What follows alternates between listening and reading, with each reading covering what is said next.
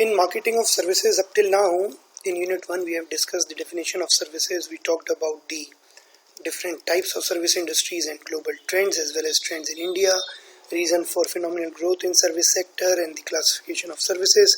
We also did a comparison between goods and services, and then we also understood what are the different categories of service mix. We talked about the four unique characteristics of services. We talked about what are the implications of these characteristics for marketing of services, and then we started our discussion on the 4 P's of goods, and then we said that in case of services, instead of 4 P's we have 7 P's, right? And you would recall that in the last session that we talked about the service product,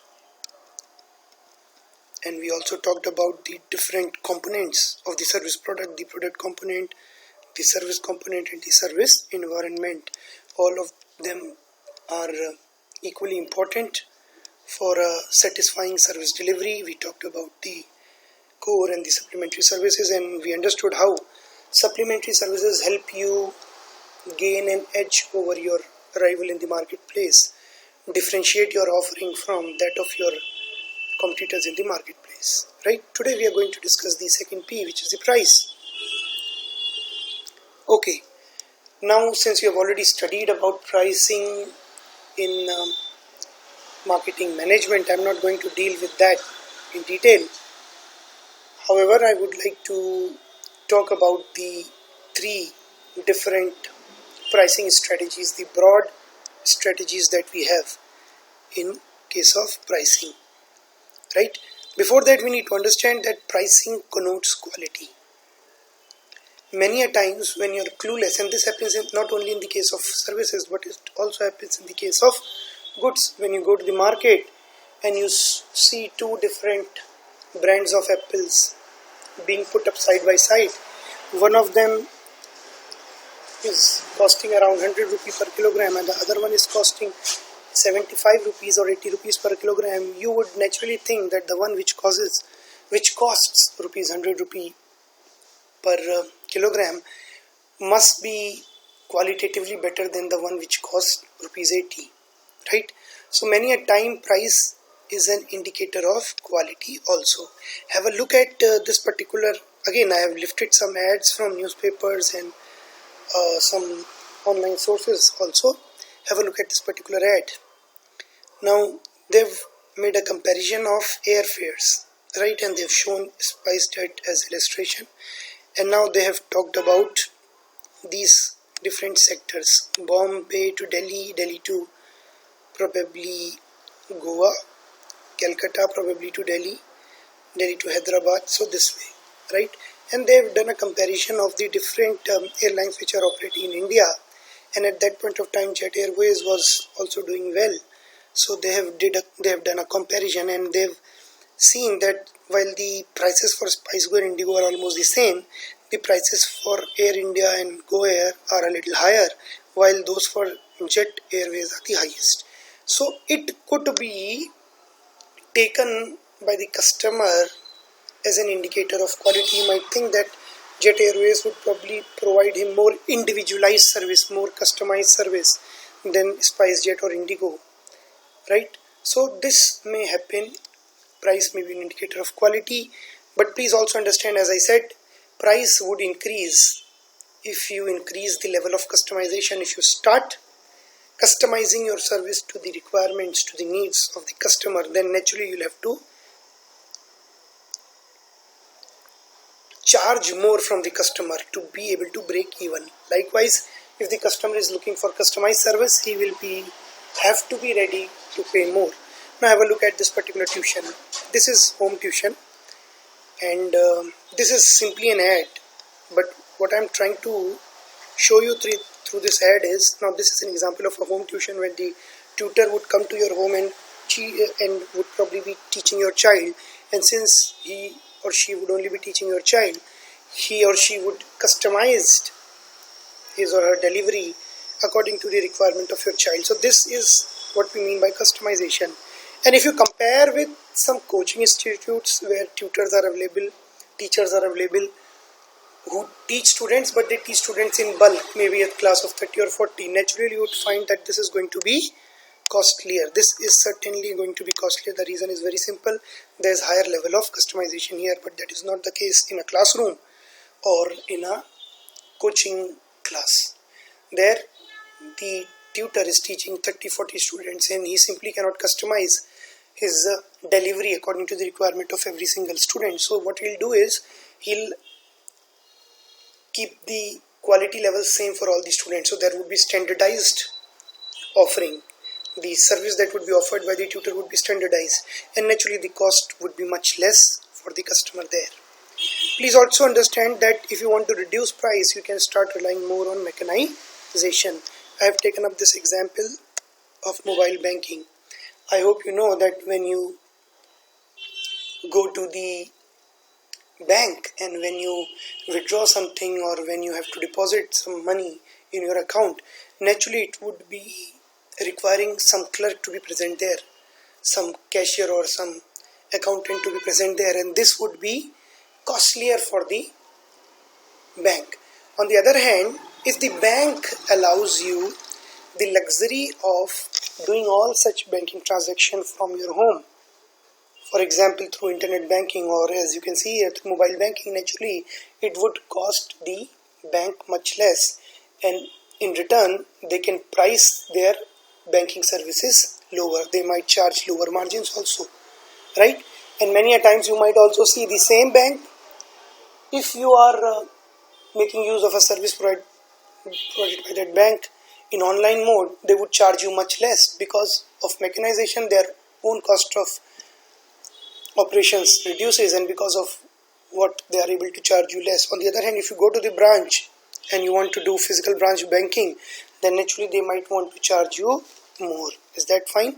Many a times when you have to deposit the electricity bills, they tell you that if you deposit online, you will be getting a ₹50 rebate or a 50 discount. Why are they doing this? Because they know when you make the transactions online, they don't have to worry about having a clerk dealing with you, and in that sense they can save on their manpower cost. So that is why they want you to actually use the online mode. Again, please also understand, many a times the marketer is not free to fix whatever price he wants. First thing what happens is there is a lot of competition that has to be taken care of. So if you charge much higher than what your competitors are doing, and in terms of quality, the quality is comparable with the competitors, so the customers would eventually realize that and they would start switching to your competitors. So the first regulation is by the market forces, and the second and a more important kind of regulation is by the government. Many a times you cannot charge more than a particular price level fixed by the government. For example, in some private hospitals, there were news about private hospitals charging a very high fees from their customers, from the patients who turned up to get themselves treated for coronavirus. So government straight away jumped into action and they came up with price regulations, and then they said that moderate isolation bed including support care and oxygen, so you only have to pay around 8,000 or 10,000, right? In Gurgaon. In Delhi, the same thing. If you are using the ventilator care, the maximum amount that you have to pay is 15,000 or 18,000, right?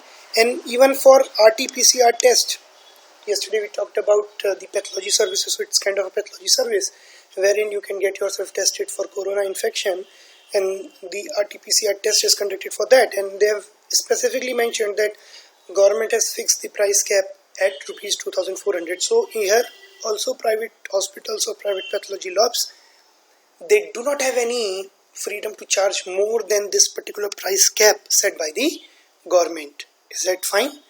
So this is what the government does many a times, and this also is a constraint for the marketer in the marketplace. Now let's talk about the pricing approaches. As I said, there are three basic approaches. The number one approach is known as the cost-based pricing or cost plus margin. So what do we mean by this? Supposing, I'll give you an example. Supposing to deliver a service, I as a marketer, I am spending rupees 100 so that I can deliver some service to you. So my cost of production of that service is rupees 100 and I want to charge a margin of 20%, which means 20% of rupees 100, and it would come to exactly rupees 20.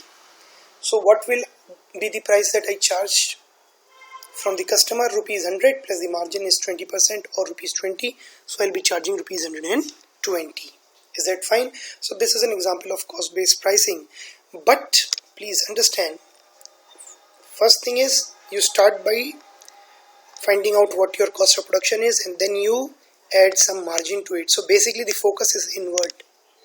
You decide the price based on your internal calculations. Your focus is turned inside within your company. How costly is the production process? At what cost are we able to produce the service? And then you add some margin and then you decide what the selling price would be. And please understand, this works only in monopoly markets. I hope you remember monopoly markets, one seller, number of buyers. Or in differentiated offerings, when there are a number of competitors, but their offerings are very differentiated. Fine. Thus, this kind of market, I hope you remember your discussion in microeconomics, is known as monopolistic competition. So why is it called monopolistic competition? Because in a particular category, there's just one firm. Though there are several firms, 7 to 8 firms. But since the market offerings are very, very different, so a particular firm is having an offering which is very different from the other firms in the market. So in a way, they enjoy a relative monopoly over their target market, right? So that is why this is known as monopolistic competition. It happens in the case of event management. So there are different event management companies who organize so many events for you. For example, they could organize the marriage ceremony, they could organize the office parties. So there are so many events that they organize, right? Or they can also organize some cricket match or some football match for your employees. So different event management companies, they have different offerings. Some provide, full range of services. The customer does not have to pay anything. He simply has to pay and he simply does not have to bother about anything. Everything would be done by event management company. On the other hand, there are companies which provide a very limited range of service. So for example, they would only take care of the catering, for example, fooding, for example, and the rest of these things will have to be managed by the customer on his own.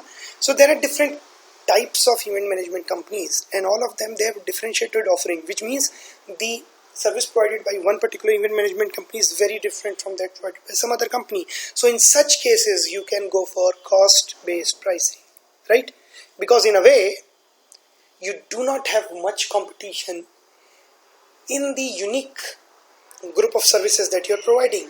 So you may be able to charge some price which is higher than the others by going for cost-based pricing. On the other hand, many a times you have to go for competition-oriented pricing, wherein the focus will be outwards. You decide your price based on what the competitors in the market are charging. Accordingly, you decide what price you are going to charge. And this happens in oligopolistic markets. Oligopolistic markets are markets in which there are few marketers, but there is no differentiation in their offering. Their offering is almost similar. I give an example of oil retailing service. If you look at the oil retailing service, I'm talking about the crude, I'm talking about the petrol and diesel basically, you would find that there is an oligopolistic competition. There are only few companies, IOC, and then there are Hindustan Petroleum and IOC, and then there are some private companies as well, for example Reliance. So it's an oligopolistic market. Here what you can do is you have to decide your price according to what is the price prevailing in the market, what the competitor is charging. Otherwise what will happen is there is no differentiation in the offering of your firm and that of the other. The customer would simply switch to the lowest price, the one company which charges the lowest price. Is that okay? So herein what you'll have to do is you'll have to have a look at what the competitor is doing, and these are the examples airlines and telecommunication and cable TV.